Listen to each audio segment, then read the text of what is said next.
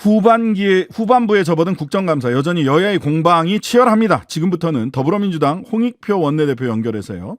국정감사 중간평가 및 남은 현안 그리고 당내 이슈에 대한 입장 확인해 보겠습니다.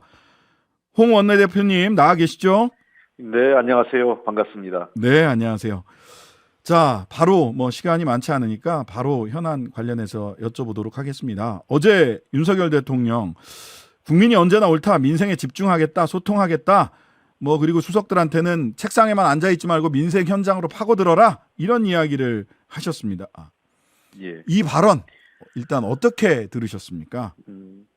글쎄 한 1년 5개월 만에 처음으로 그런 말씀을 들은 것 같습니다. 네.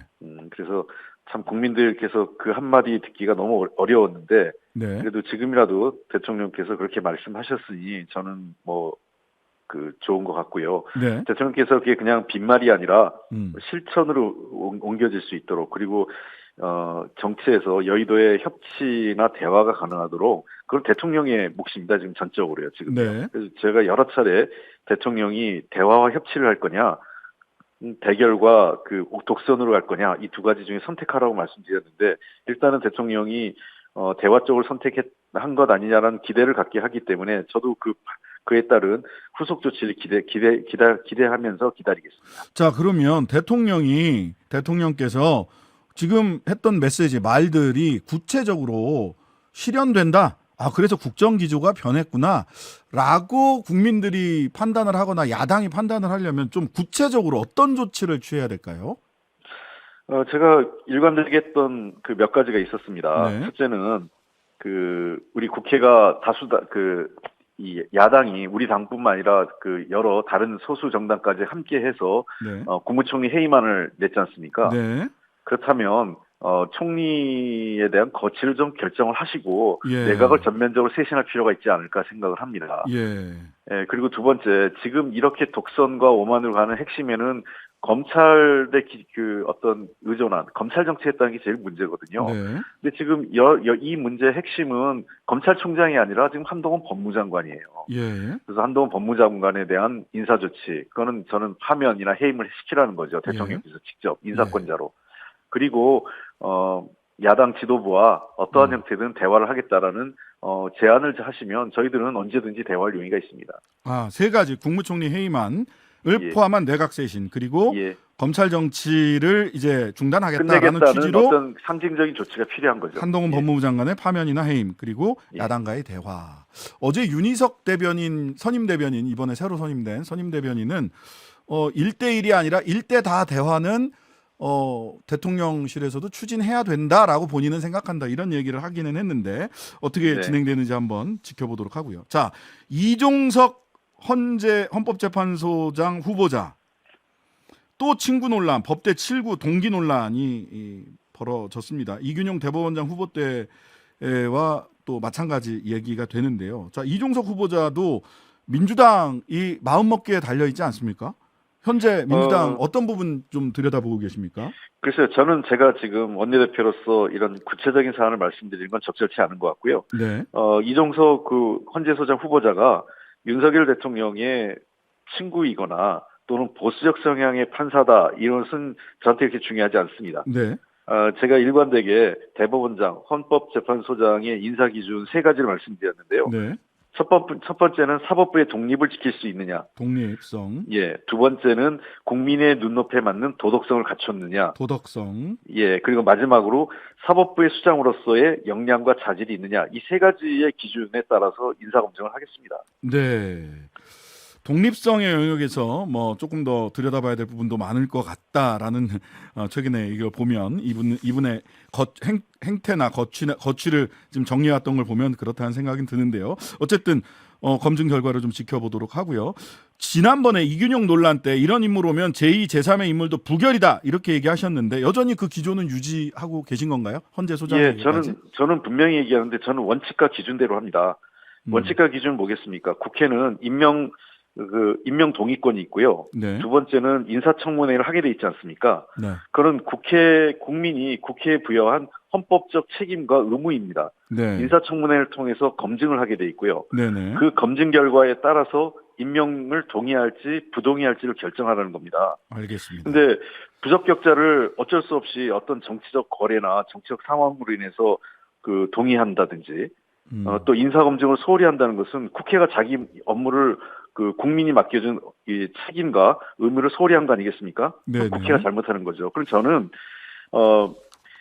저희가 국회가 부적격시키지 않을 인물을 보내달라고 얘기하는 겁니다. 저는 네네. 부적격자가 온다면 헌법재판소나 사법부의 공백이 문제가 아니라 부적격자로 인한 사법부의 신뢰도와 대혼란이 더 큰 문제라고 생각합니다. 알겠습니다. 그렇기 때문에 저는 원칙과 기준 분명히 밝혔습니다. 아까 세 가지 기준에 도덕성, 독립성. 그다음에 그 역량 이 세 가지 문제가 있는 사람이면 저는 절대로 적격으로 통과시킬 생각이 없습니다. 거기에 부합하지 않는다면. 네. 자, 국감 이슈 몇 가지 짚어보도록 하겠습니다. 어제 민주당에서 서울 양평고속도로 특혜 의혹 관련된 기자간담회를 열고 국정조사를 시사하셨어요.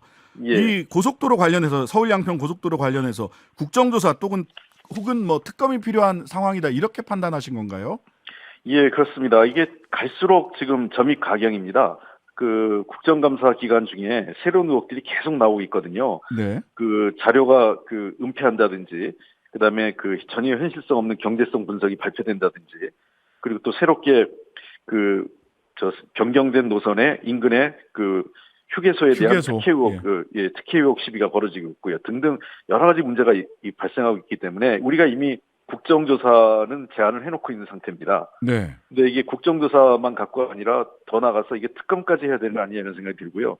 저는 어떻게든 국정조사는 빠른 시일 내에 실시하는 게 맞다. 왜냐하면 이게 대통령 그 처가와 관련된 비리의혹 아니겠습니까? 사실인지 사실이 아닌지를 국정조사를 통해서 사실이 아니라면 깨끗하게 털어내는 것이 대통령의 리더십에도 더 바람직한 것 아닌가 생각되고요. 이거를 마냥 거부하고 외면한다면 의혹은 눈덩이처럼 커져서 대통령이 뭔가 구린 것 아니냐, 뭔가 그 부적절한 게 있어서 자꾸 은폐하려고 하는 것 아니냐 이런 의혹이 커집니다. 그래서 대통령께서 당당하시면 정부 여당이 피할 이유가 없지 않나 싶습니다. 그래서 국정조사나 특검을 통해서 대통령을 둘러싼 의혹을 잘못이 있으면 잘못에 대한 처벌을 받아야 되는 것이고 혹시 부당한 의혹이었다면 깨끗하게 결백을 입증하고 도리어 그 대통령의 리더십이 더 강화되는 계기가 될 수 있지 않을까 생각하기 때문에 정부 여당이 피할 이유가 없다라는 게 제 생각입니다. 예, 지금 정부 여당에서는 김혜경 씨 법인카드 의혹을 쟁점화시키고 있습니다. 다시 떠올랐습니다. 물 위로. 특히 어제는 이 사건 공익제보자 조모 씨가 얼굴 드러내고 기자회견 했는데 당사자와 장해찬 최고위원하고 당사자는 민주당이 국감 출석을 막았다. 구린 게 있어서 그런 거 아니냐? 이렇게 얘기를 해요. 국감 출석 막으신 거 맞습니까?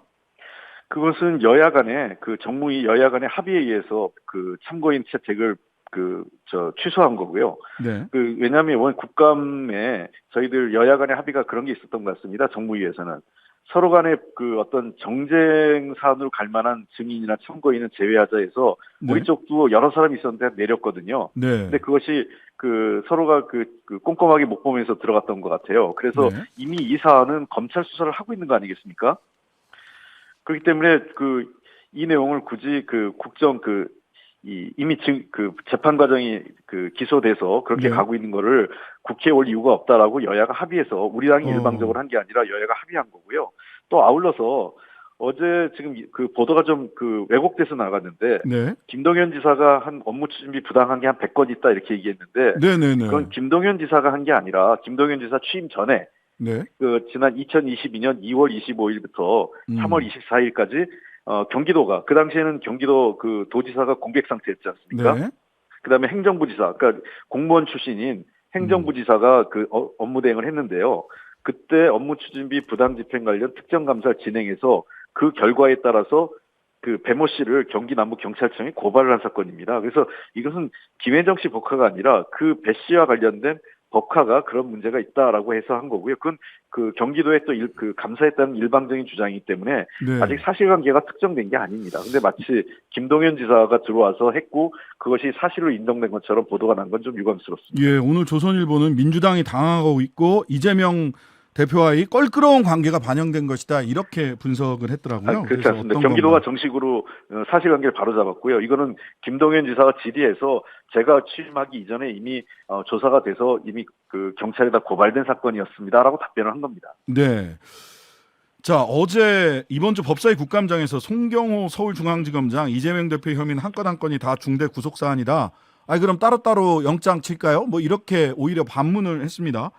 이 송경호 중앙지검장의 이 발언 어떻게 평가하십니까? 그 두 가지 다 부적절한데요. 네. 물론 뭐 그 국감장에서 의원들이 어떻게 질문했는지는 좀 봐야 되겠지만 그것이 중대한 사안이라고 그 검찰총장이 결론 내리는 것은 부적절합니다. 해당 사건의 개별 사건에 대해서 그렇게 검찰총장이 입장을 송경호 서울중앙지검장이었습니다. 서울중앙지검장이 그런 입장을 밝혔는데요. 그래서 그 자체도 사실 적절치 않고요. 네. 그다음에 두 번째는 한 건 한 건 지금 개별적으로 하고 있는 게 검찰 아닙니까? 네.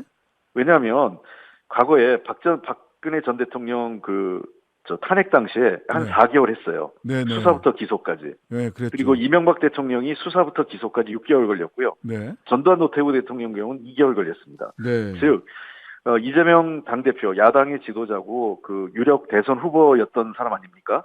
이런 분에서 하려면 이건 제 얘기 아니라 홍준표 대구시장이 그랬어요. 1년 이내에 수사를 마무리 짓고 기소를 끝냈었어야 된다. 네. 이걸 질질 끄니까 이게 검찰이 무능한 건지 답답하다 이런 얘기를 했습니다. 저는 두 가지입니다. 검찰이 이렇게 실제로 그 중앙지검장이 본인이 얘기한 것처럼 껌껌이 지금 쪼개기 영장 그다음에 쪼개기 기소하고 있는 거 아니겠습니까? 네. 이것 자체가 정치 수사고요.